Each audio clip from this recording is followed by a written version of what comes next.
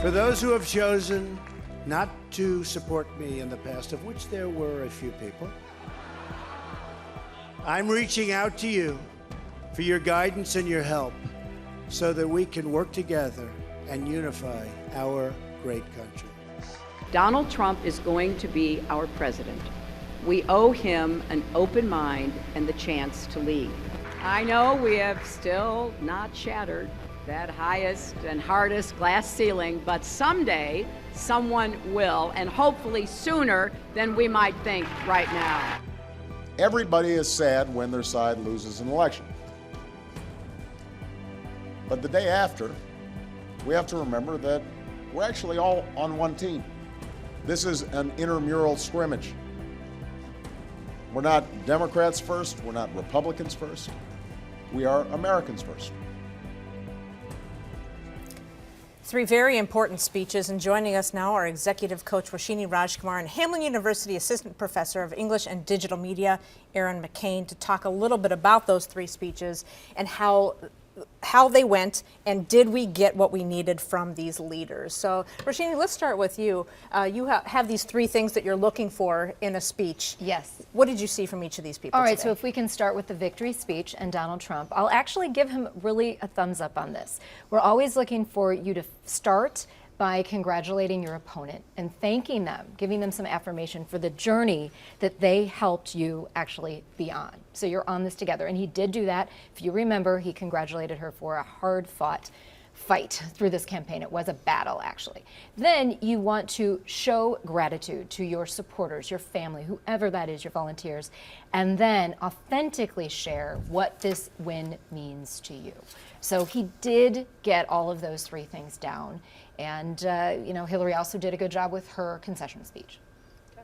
What did you take away from it? Well, I mean, looking more, I suppose, at Hillary's speech or Secretary Clinton's speech, I think the thing that we have to see coming out of the Democrats is some sort of path moving forward. I mean, obviously, they suffered what in their minds is a tremendous setback, and I think Secretary Clinton did an excellent job in reframing the conversation going forward in terms of free speech, saying that we have to be able to take account a number of religious and political views in this country somehow respectfully, which is something we have to work on. And she also, I think, surprised a lot of people by saying that we do owe it to President Trump or President-elect Trump to at least try to work with him. To have an open mind. To have an open mind and to admit that he is a bit of an enigma. I mean, for all that we've seen about him over the last 18 months, we're still not 100% clear about policies, about perspectives.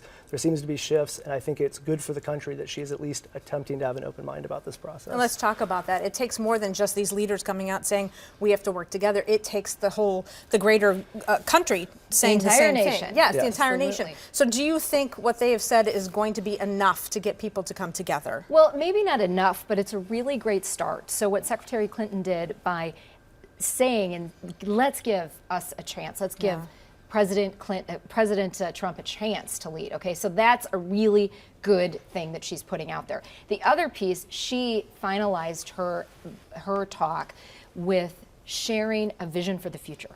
And that's really key. And even though she's probably going to retire from any kind of elected office, so she's going into the next phase of her life, she still can continue to be a leader. So she really hit the 3 points that I would say are good for a positive and strong concession speech. So I gave her at least a 9 on that concession speech. That's what resonated most with me with Secretary Clinton's speech, was seeing that end part. And I was reading today that she gave that speech today at the time she gave it because she specifically wanted young girls to be able to watch it and not give it at 2 o'clock in the morning. Yes, they could have watched it on their iPads, but to really speak to the next generation, to literally pass the baton and say, work with President-elect Trump, but keep working. Do not give up. Don't quit. Well, and also to continually refine this idea of the American dream. So we had somebody like President Obama who I think embodied the American dream in such a distinctive way. And what I really appreciate about Secretary Clinton's speech is that she was basically saying, like, look, we understand that this is a diverse country. We understand that we have to expand our definition of what we think success looks like in this country and what succeeding people look like in this country. And I think that was a really powerful way of phrasing it, of just saying, like, the American dream, our metaphors for it, our acceptance of it has to be big enough to accommodate everyone, regardless of race, class, gender, ability, etc. And I think there are ways that can coincide with Trump's speech, where he is talking about, look, we are capable of doing big, beautiful things. And I think weirdly, the two of them finally might be striking the same note. The question is whether the country can actually find a way to like play along with either. Well, of and them. that's the question is how do we frame it as a community? And I think it's very important to remember that just because someone voted for Trump, which half the country did, Right. it's not a vote for hate, it was a vote for change, right? Yeah. I mean, I get it. Hate exists out there, but I'm choosing to believe the Yeah, positive. I know you are, I really and I am. appreciate I that. really am. I want to feel positive. Well, let's even put it a different way. Like any plot point can always be whatever we want it to be. So the negative way to spin this Trump win is to say, like, look, at the end of the day, there was a revolt of the white populist masses, and they have rejected the progress that people think this country has been making since the late 1960s. The other way to perhaps look at it, which might be an olive branch to the other side, is to say